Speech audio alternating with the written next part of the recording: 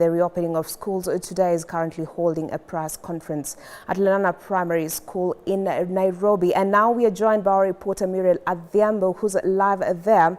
Good afternoon, Muriel. What can you give us from the spot checks that you did earlier? And perhaps you can hint to us what the new CS for Education is about to address. Thanks, Ventura. We are here at Lenana Primary School in Dagoretti, where Cabinet Secretary Julius Ogamba is expected to arrive here in just a few minutes. As we know, he has been monitoring the reopening of schools in a few locations in Kajiado and Machakos, and he will be arriving here in just a few minutes to inspect the school and also to provide an address to the press while he's here. We've just arrived here, and as you can see behind me, the students are having their lunch. We've observed that there are quite a few students. As you know, NAT, the Kenya National Union of Teachers, announced yesterday that they're withdrawing their strike notice. They said that the Teachers Service Commission had addressed some of their demands and that they're satisfied that the rest of the demands will be addressed administratively as things go forward. And so we've observed that there are students here. We had visited Githurai Market earlier, where we spoke to some of the traders there who are selling school uniforms, and they said that the numbers there were much lower than they expected, and they said that they blamed the strike for this, the strike notice. A lot of parents said that they were not aware that the notice had been withdrawn, and we do know that the notice by Kuppet is still in effect, and they're actually on strike right now.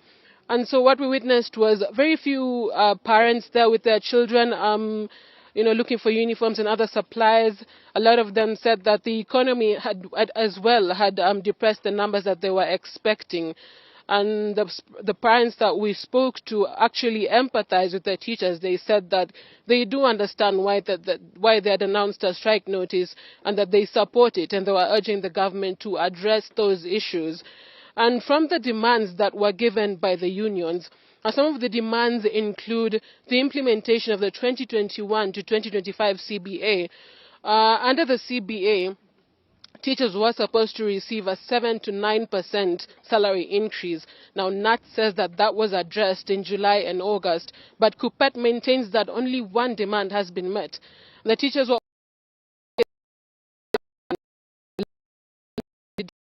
salary third parties.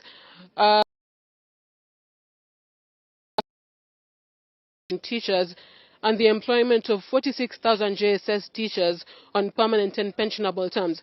And so those are just some of the demands. They mentioned about 10 demands. Those are some of them. And Kuppet is saying that TSC has not expressed any commitment to address these demands. They said that they had a meeting at the Kenya School of Government and that the TSC was there, but that they didn't engage them meaningfully, and they were not able to come out with any written agreement. They also said that the Minister for Labour, Alfred Mutua, had provided... Thank you, Ventura. Well, thank you, Muriel Adhiambo, for that update. And moving on, the Janzi Movement have vowed to be back on the streets in another round of protests scheduled for Tuesday, 27th. The threats to shut down the city comes on the eve of the 14th anniversary of the promulgation of the 2010 Constitution. Addressing the media this morning, the group, comprising of at least 59 civil organizations, they're demanding an inclusive government, accountability, as well as for justice for those killed during the previous protests. On the eve of the 14th birthday of our Constitution, to announce that we are undertaking a mass action, a general strike, a people-led agitation for the respect of our Constitution. Our political class has decided to do nothing but subvert the sanctity of our Constitution. We are asking you to join us in this cry for justice. We are asking you to join us in acts of civil disobedience to deal with this rogue regime, to deal with the police that have offered themselves up to kill us. The leaders of the uprising come from the streets. Yes.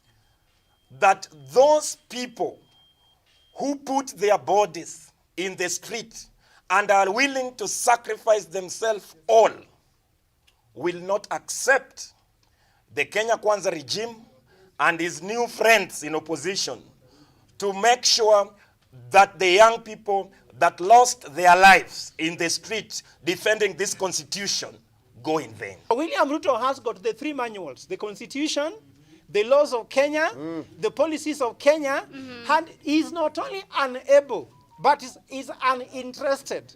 So we cannot discuss with you something outside the constitution like Hustler Fund. Tuna rise kama generation ya Wakenya leo kusema we are interested in birthing a new republic that respects human rights, that respects the rule of law, and that upholds social justice for the people of Kenya. People power. Our power. People power. Our power. Our power. People power. William Ruto, in 23 very short months, has violated the first 14 chapters of our constitution. Tutaendelea kuongozwa na kiongozi kama huyo? And the media has been asked to play a critical role in ensuring that the 2/3 gender rule is attained.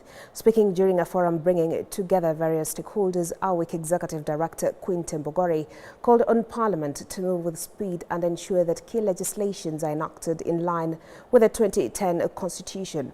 The meeting came just hours before the celebration of the 14th anniversary of the 2010 Constitution, where the Chief Justice Martha Koome hailed for constituting a bench to determine Chief Justice Emeritus David Maraga advisory to dissolve a parliament.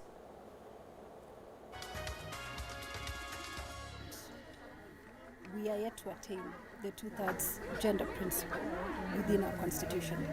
This August is Katiba Month, as we usually call it, and we'll be celebrating 14 years since the promulgation of the 2010 Constitution. However, the gender principle is yet to be attained, and there are lots of attempts that have been there in the past. We know to date we've had at least 11 different bills being introduced in Parliament, and they have not been successful. But in addition, we know that the head of state did issue a memo to the Cabinet Secretary for Gender last year, indicating a roadmap on the attainment of the gender principle. We've partnered with the Frederick Norman Foundation to highlight a very pertinent issue in this country, and that is the 2/3 gender principle discussion. As a media, we have a role to play, and it is stipulated in the Constitution. We need to inform the public. And given that this is a principle that was introduced in the 2010 Constitution 14 years ago. What are the challenges that we are facing in trying to achieve the 2/3 gender rule? And what do the numbers say about those challenges or those realities? So as academic institutions, we are better placed to provide that data that then helps in promoting the decisions, but also the policies that should guide the process. And with that, we've come to the close of a K24 Newscast app. We have the latest sporting action with Gladys Medecha in a Jungo La Sporti. My name is Bentura Kumbuka, and our sign language interpreter this hour has been Clement Moli. Do have yourself a lovely afternoon.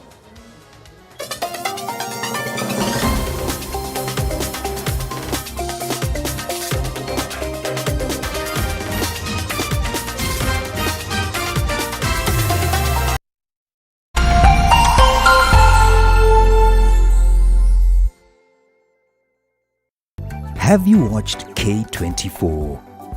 We would love to hear from you. Send us your feedback on what you like and what you don't like.